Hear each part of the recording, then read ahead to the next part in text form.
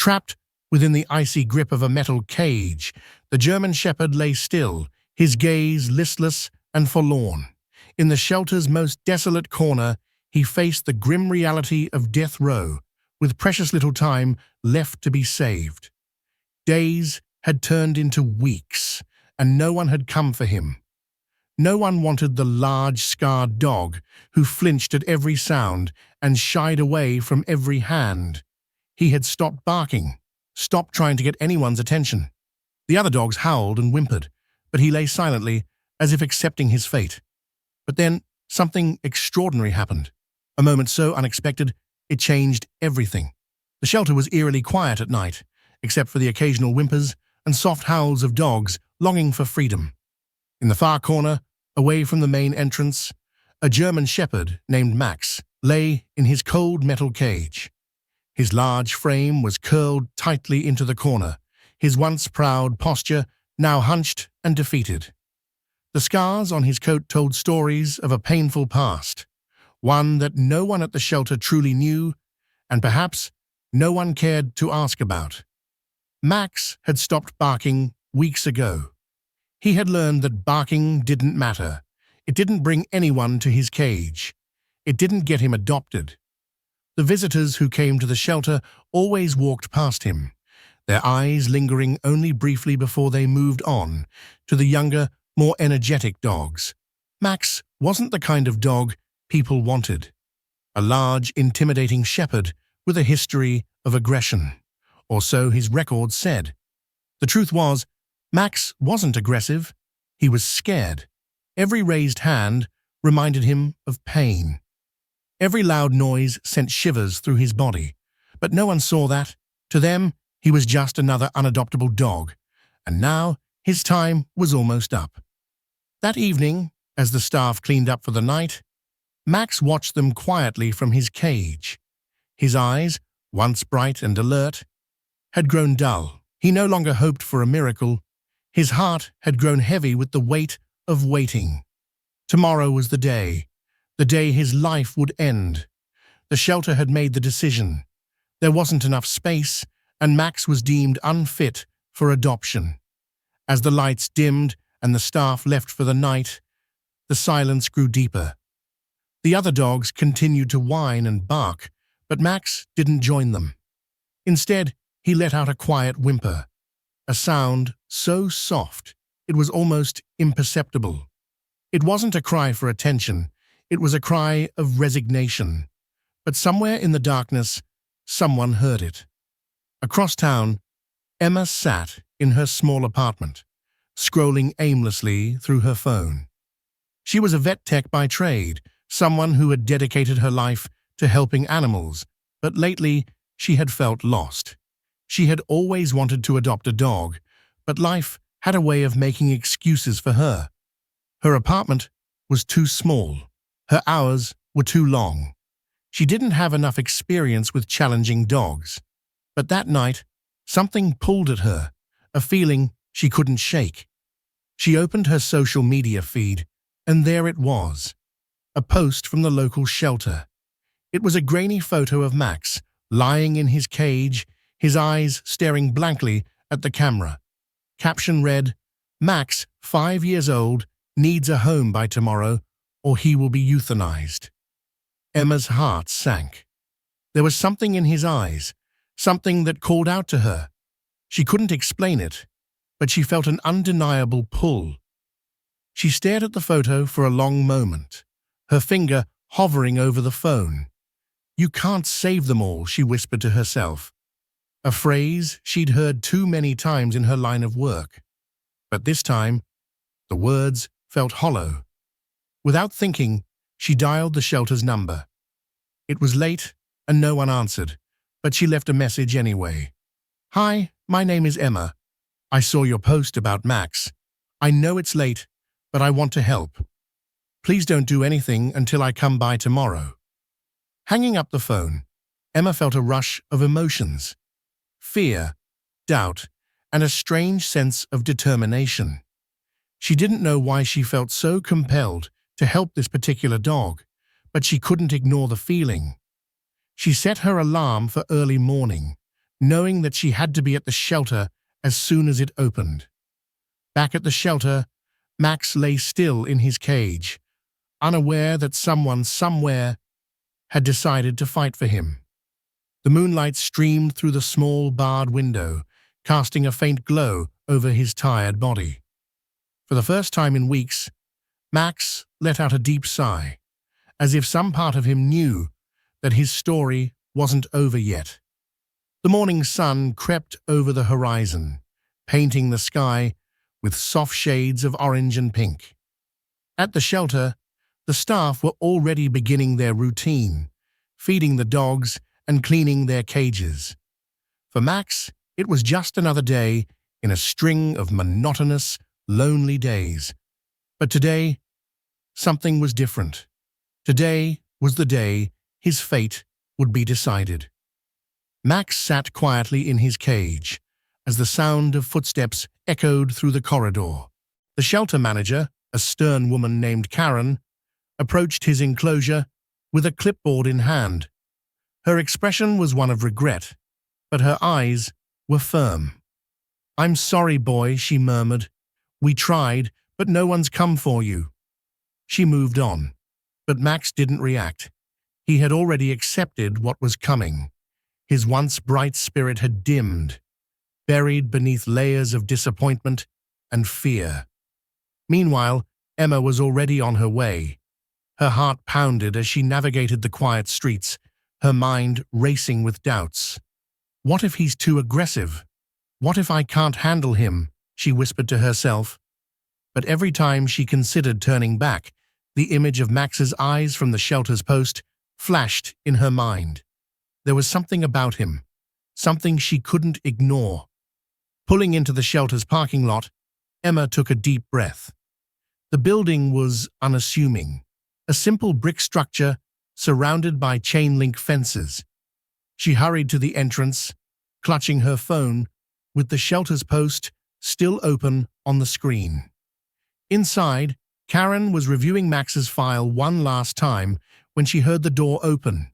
She looked up, surprised to see a young woman standing in the doorway, slightly out of breath. "Hi, I'm Emma," she said, her voice trembling slightly. "I called last night about Max." Karen raised an eyebrow, glancing at the clock. "You're here early," she said, "but you're too late. He's scheduled." "Wait," Emma interrupted, her voice firm. "I'll take him." Karen paused, studying Emma's determined expression. "Are you sure? Max isn't an easy dog. He's had a rough past, and we've had issues with aggression." "I'm sure," Emma replied, her voice steady, despite the nervous flutter in her chest. "I know what I'm doing. Please, just give me a chance." Karen hesitated, but there was something about Emma's tone that made her reconsider. With a nod, she set down the clipboard. "All right, let me take you to him." Emma followed Karen down the corridor, the sound of barking and whining growing louder with each step. The air was heavy with the smell of disinfectant and damp fur. As they approached Max's cage, Emma's heart sank. He was even more defeated in person than he had seemed in the photo. His body was curled tightly in the corner of the cage, his head resting on his paws, and his dull eyes barely acknowledged her presence. Karen opened the cage cautiously, keeping her movements slow and deliberate. "Be careful," she warned. "He's not exactly welcoming." Emma crouched down, her voice soft. "Hey, Max," she said gently. "It's okay, boy. I'm here to take you home." At the sound of her voice, Max lifted his head slightly, his ears twitching. He didn't move, but there was a flicker of something in his eyes, a spark of curiosity perhaps. Emma extended her hand, careful not to invade his space. "It's okay," she whispered. "I'm not going to hurt you." Max hesitated, his body tense, but after a long moment, he shifted slightly, his nose twitching as he sniffed the air. Emma held her breath, her hands still outstretched. Slowly, cautiously, Max moved toward her, his movements tentative and unsure. When his nose finally brushed her hand, Emma felt a surge of relief.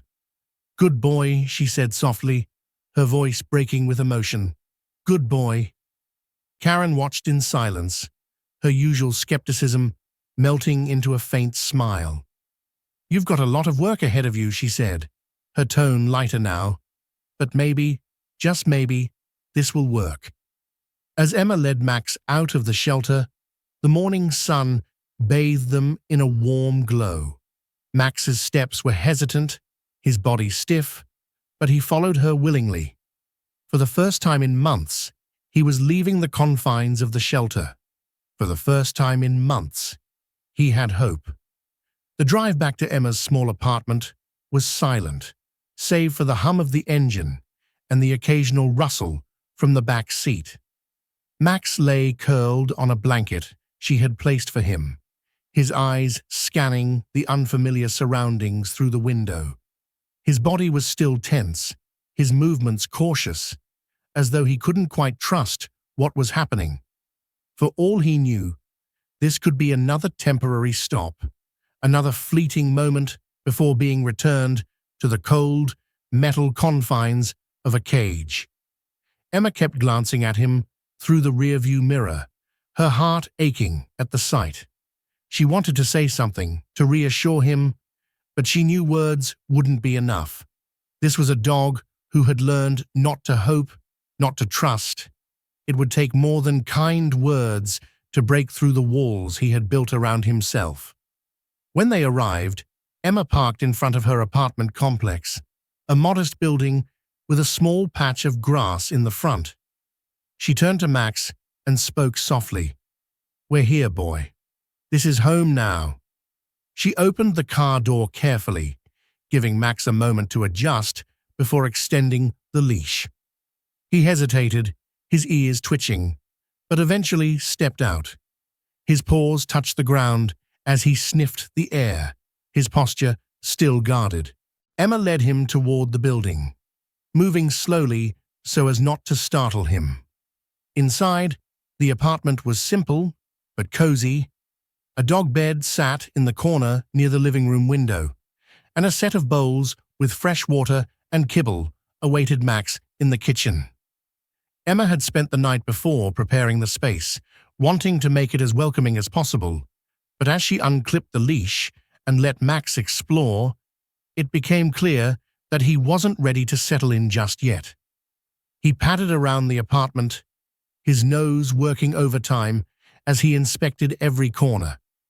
His movements were stiff, his body low to the ground, as though expecting danger to leap out at any moment. When he reached the dog bed, he sniffed it briefly before retreating to a corner near the door, curling into a tight ball. His eyes remained fixed on Emma, watching her every move with wary curiosity. Emma sighed, her chest tightening. She had expected this. She knew it would take time, but seeing Max so withdrawn was harder than she'd anticipated. She then crouched down, keeping her voice soft. "It's okay, Max. You're safe here. No one's going to hurt you." For a moment, his eyes softened, but he didn't move. Emma decided to give him space, retreating to the kitchen to prepare dinner. She hoped the smell of food might coax him out of his shell. But when she returned with a plate for herself, Max was still in the same spot, his head resting on his paws. Over the next few days, a delicate routine began to form. Emma gave Max as much space as he needed, never forcing him to interact, but always letting him know she was there.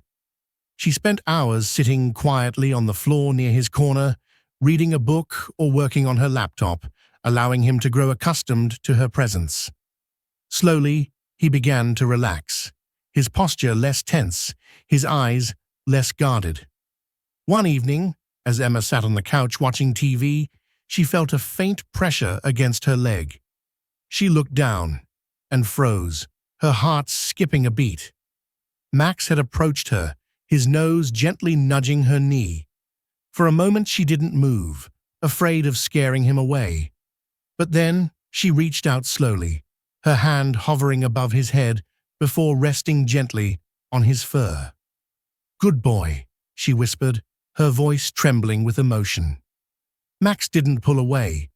He stood there for a few moments before retreating to his corner, but the connection had been made.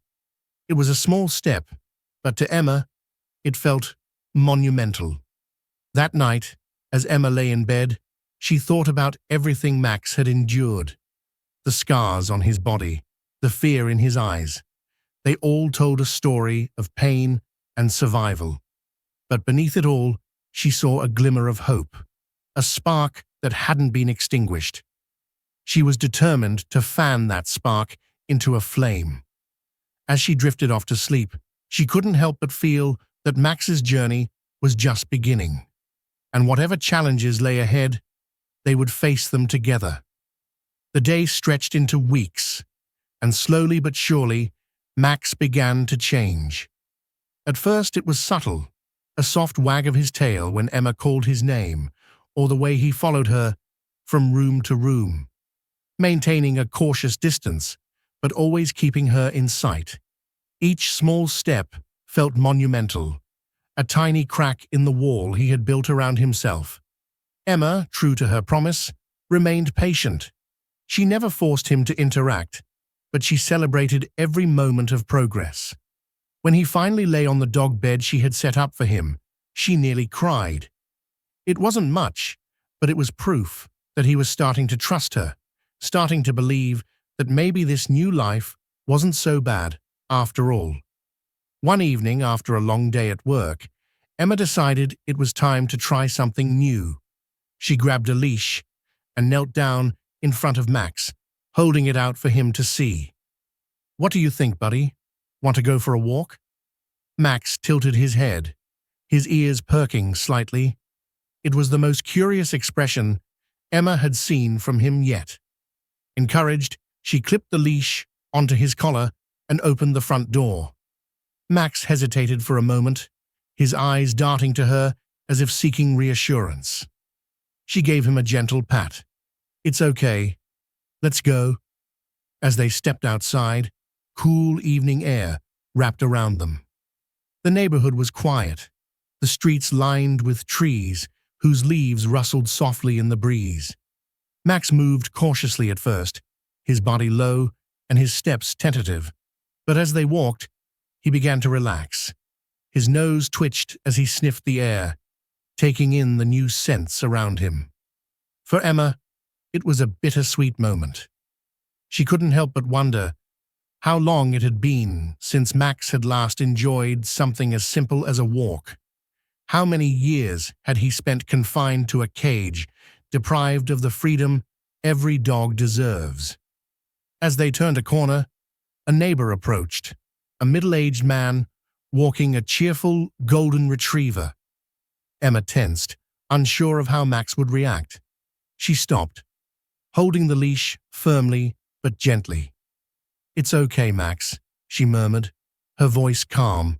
The golden retriever wagged his tail enthusiastically, its owner giving Emma a friendly smile. "New dog?" he asked. Emma nodded. "This is Max. I adopted him a few weeks ago." The man crouched slightly, keeping his distance, but offering a hand for Max to sniff. Max froze, his body stiffening, and Emma felt the tension ripple through the leash.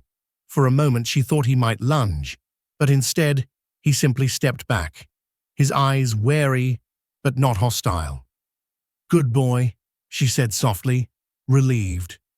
The neighbor straightened and gave her an understanding nod. "You're doing great. It takes time, but they always come around." Emma smiled, grateful for the encouragement.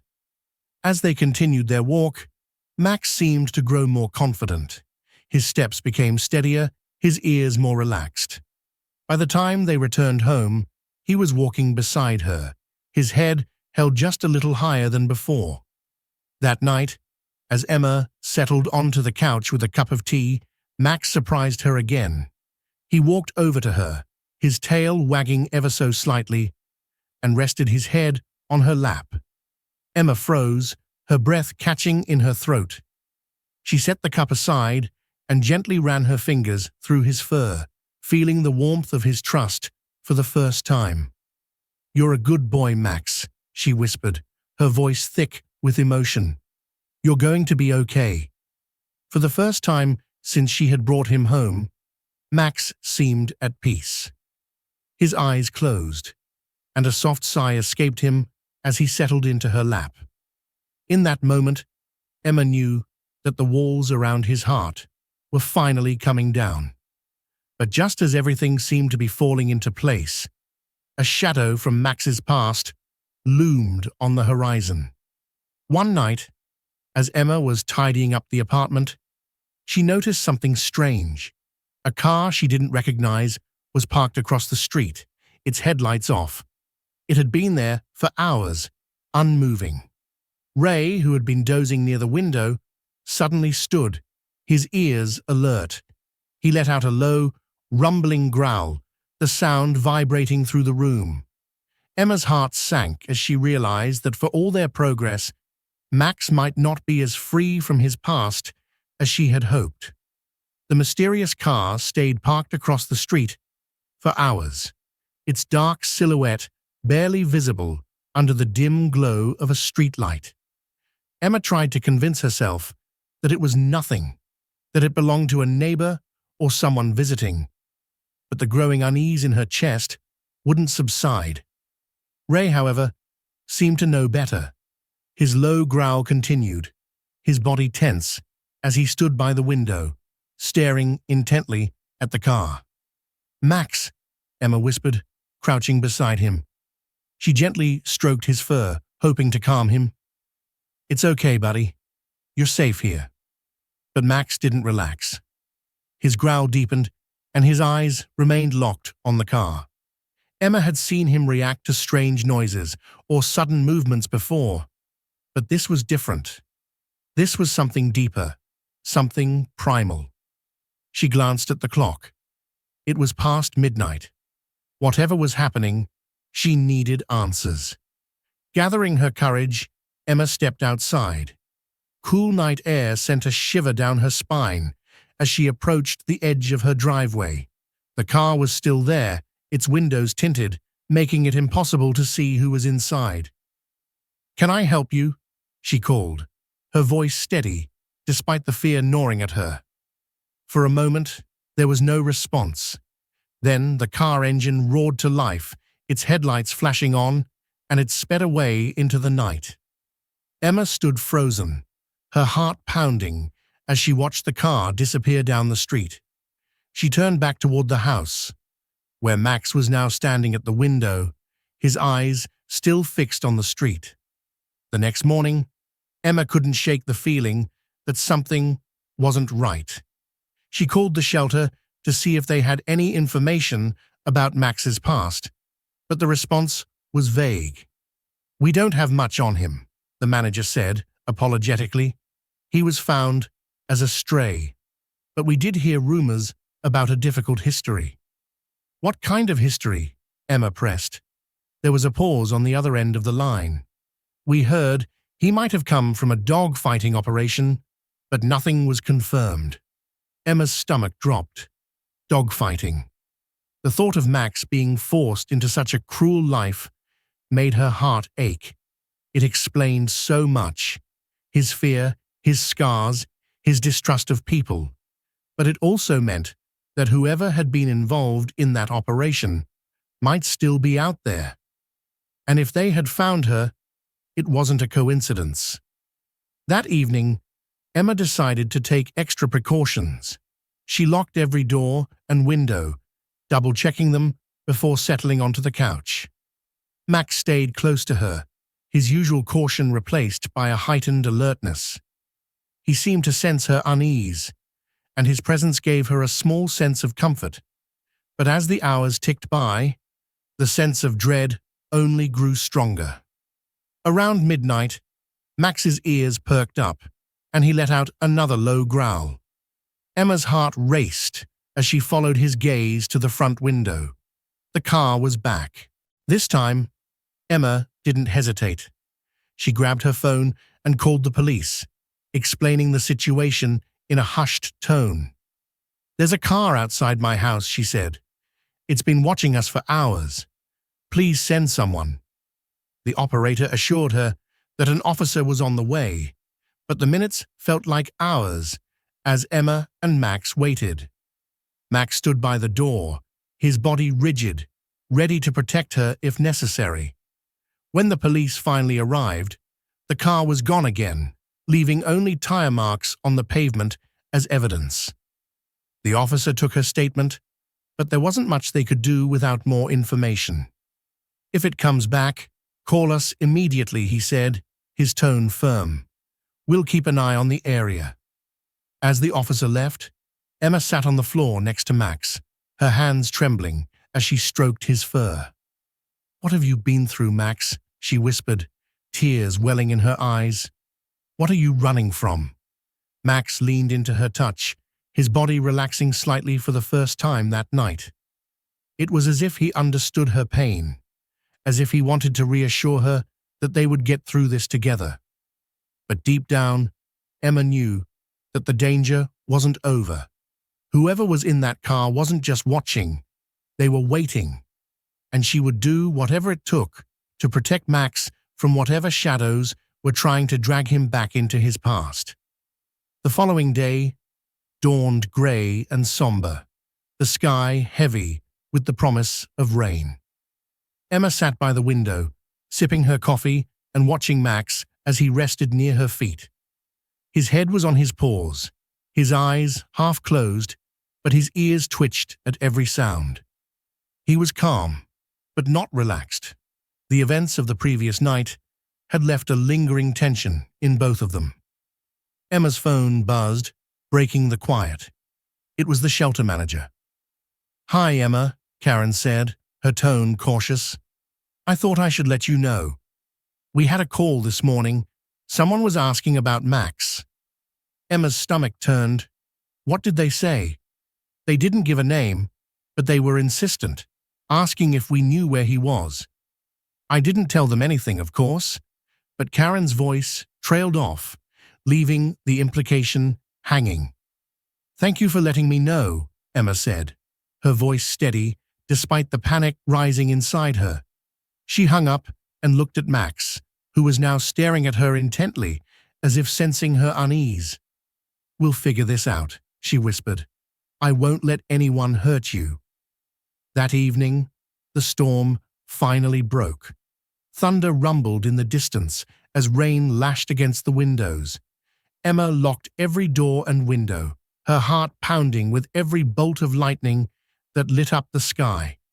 Max stayed close to her, his presence a constant reminder of what was at stake. Around midnight, the sound of a car engine cut through the storm. Emma's pulse quickened as she peered through the curtains. The same car was parked across the street, its headlights off, barely visible in the rain. Her hands shook as she reached for her phone, dialing the police. "This is Emma Carter," she said quickly. "The car is back, the one I reported last night. Please, send someone." The operator assured her that officers were on their way, but Emma knew it might take time, too much time.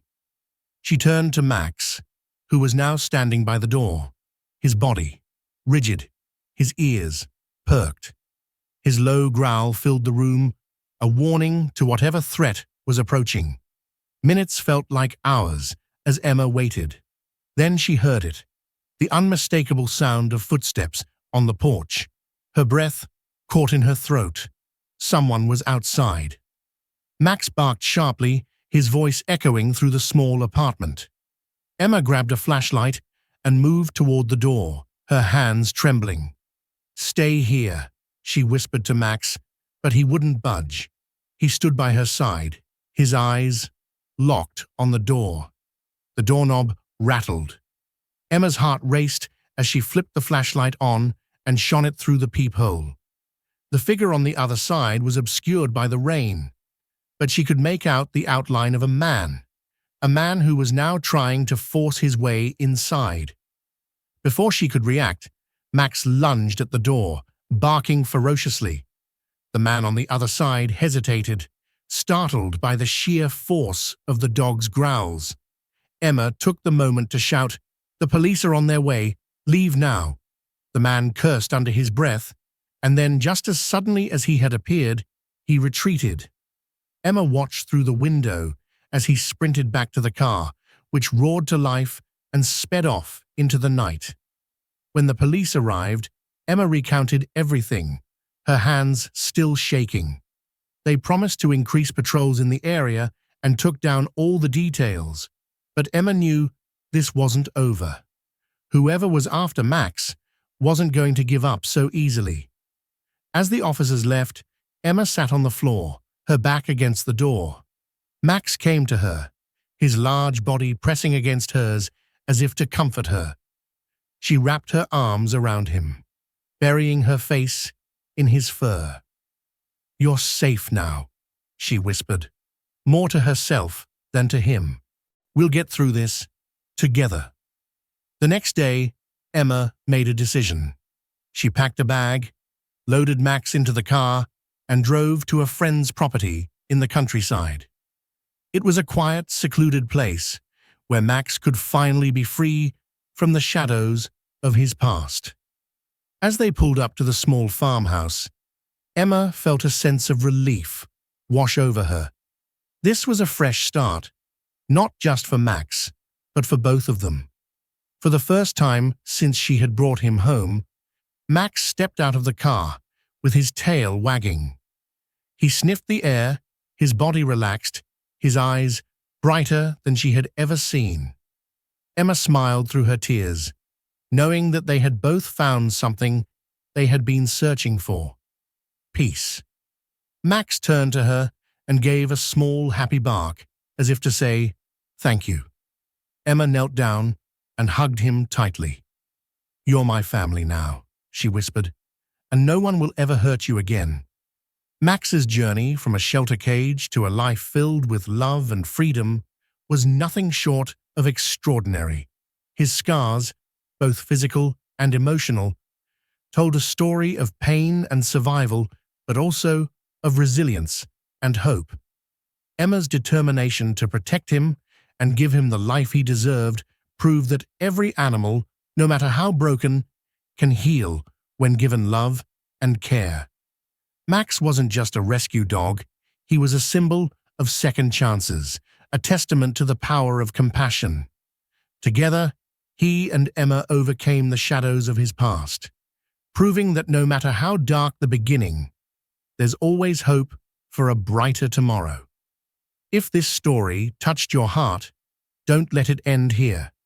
Subscribe to our channel, hit the like button, and share this video with someone who believes in the power of love and second chances.